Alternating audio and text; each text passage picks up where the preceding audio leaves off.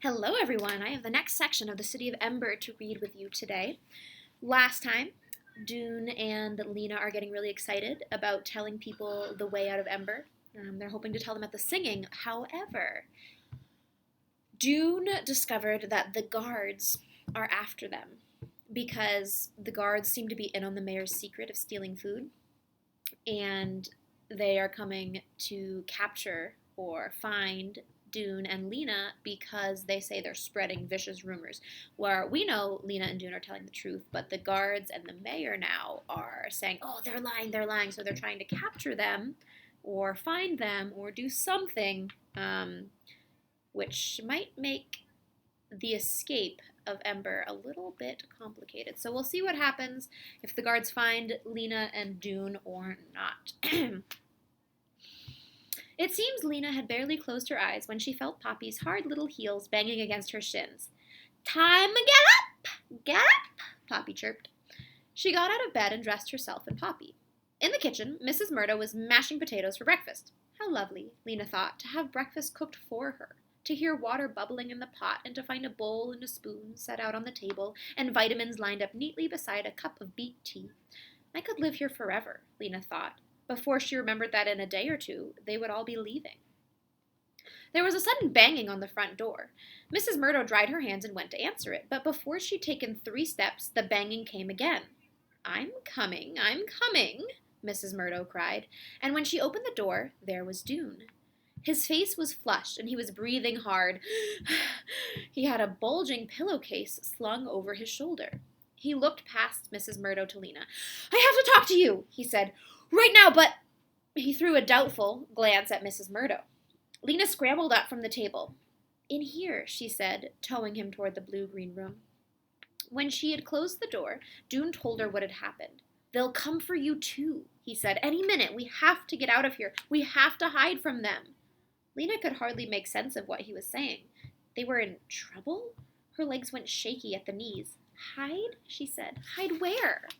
We could go to the school. No one would be there today. Or the library. It's almost always open, even on holidays.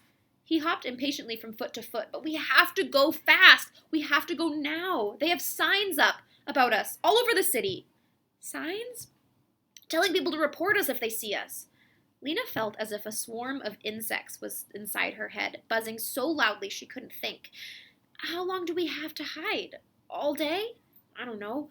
We don't have time to think about it. Lena, they could be outside this door any minute. The urgency in his voice convinced her. On the way through the living room, she gave Poppy a quick kiss and called, Bye, Mrs. Murdo. We have some emergency work to do. If anyone comes asking for me, say I'll be back later. They went down the stairs before Mrs. Murdo could ask any questions. Once in the street, they ran. Where to? Lena said. The school, Dune answered. They took Greystone Street, staying within the shadows as much as they could. As they passed the shoe shop, Lena saw a white piece of paper stuck up on the window. She glanced at it and her heart gave a wild jump. Her name and Dune's were written on it in big black letters. Dune Harrow and Lena Mayfleet, wanted for spreading vicious rumors. If you see them, report to Mayor's Chief Guard. Believe nothing they say. Reward. She snatched the poster off the window, crumpled it up, and tossed it into the nearest trash can. In the next block, she tore down 2 more, and Dune ripped one off a lamppost. But there were too many to get them all, and they didn't have time to waste. They ran faster. On this holiday, people slept late, and because the stores were closed, the streets were nearly empty. Still, they took the long route all the way around the beehives to avoid Spark Swallow Square, where a few people might be standing around and talking. They ran past the greenhouses and up Deadlock Street. As they crossed Night Street, Lena glanced to her left. 2 blocks away, a couple of guards were crossing to Greengate Square. She tapped Dune's shoulder and pointed. He saw, and they ran faster. Had they been noticed? Lena thought not. They would have heard a shout if the guards had seen them.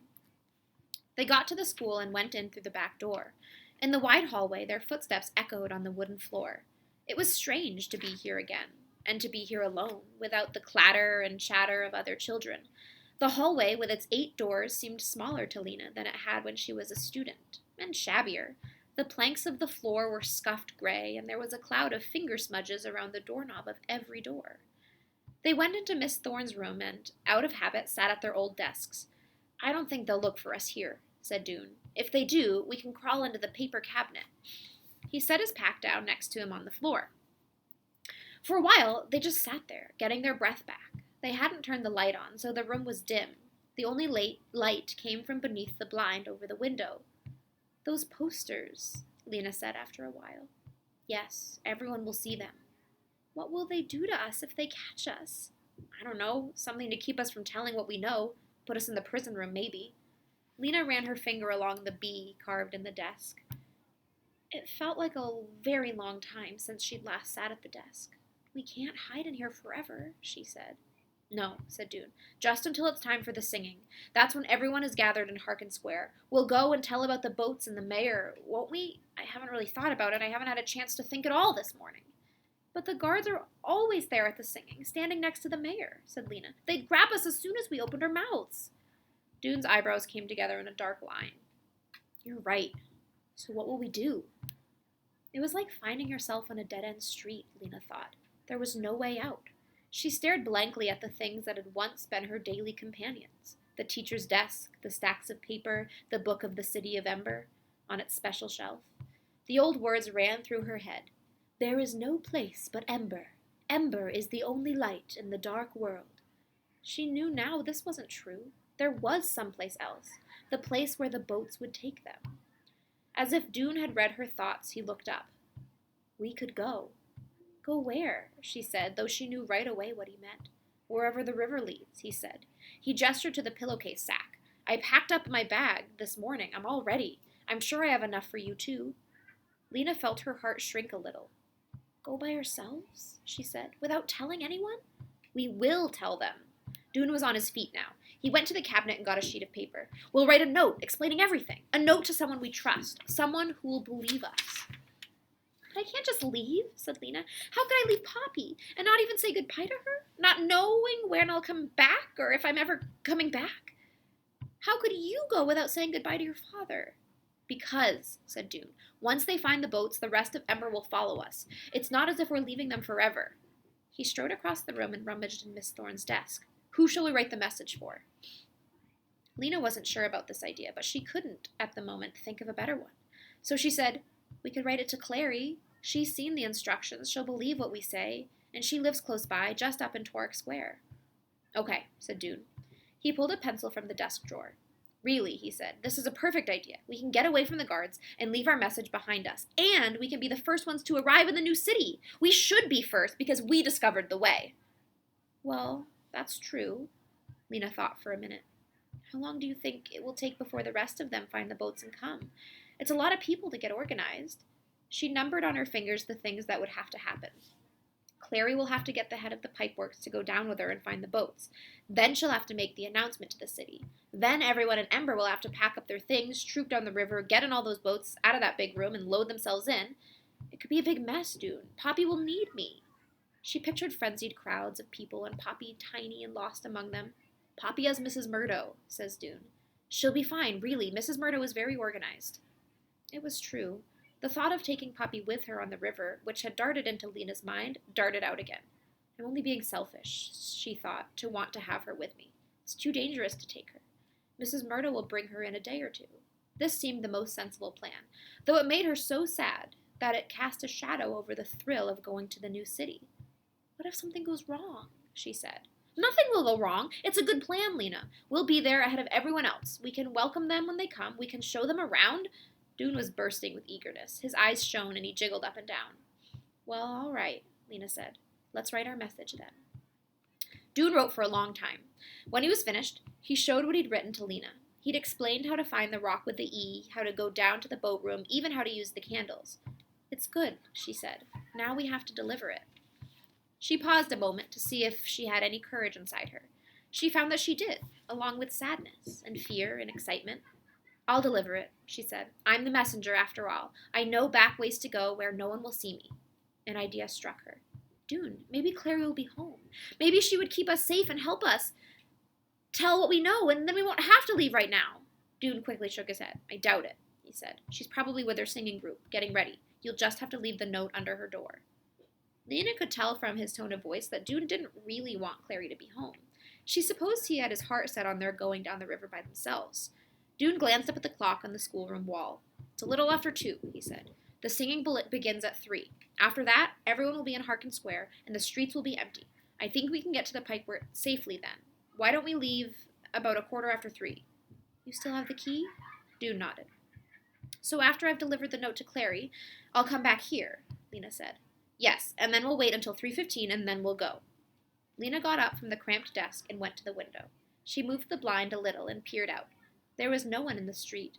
The dusty schoolroom was very quiet. She thought about Dune's father, who would be frantic when he saw his son's name on those posters, and then realized later that Dune had disappeared. She thought about Mrs. Murdo, who might already have seen the posters, and who would be frightened if guards had come looking for Lena, and terrified if Lena didn't come home by nightfall. She tried not to think about Poppy at all. She couldn't bear it. Give me the note, she said to Dune at last. She folded the piece of paper carefully and put it in the pocket of her pants. Back soon, she said, and went out of the room and down the hall to the rear door of the school. Dune went to the window to watch her go. He moved the blind aside just enough to see out Pibb Street. There she was, running in that long-legged way with her hair flying. She started across Stone Grit Lane just before she reached the other side.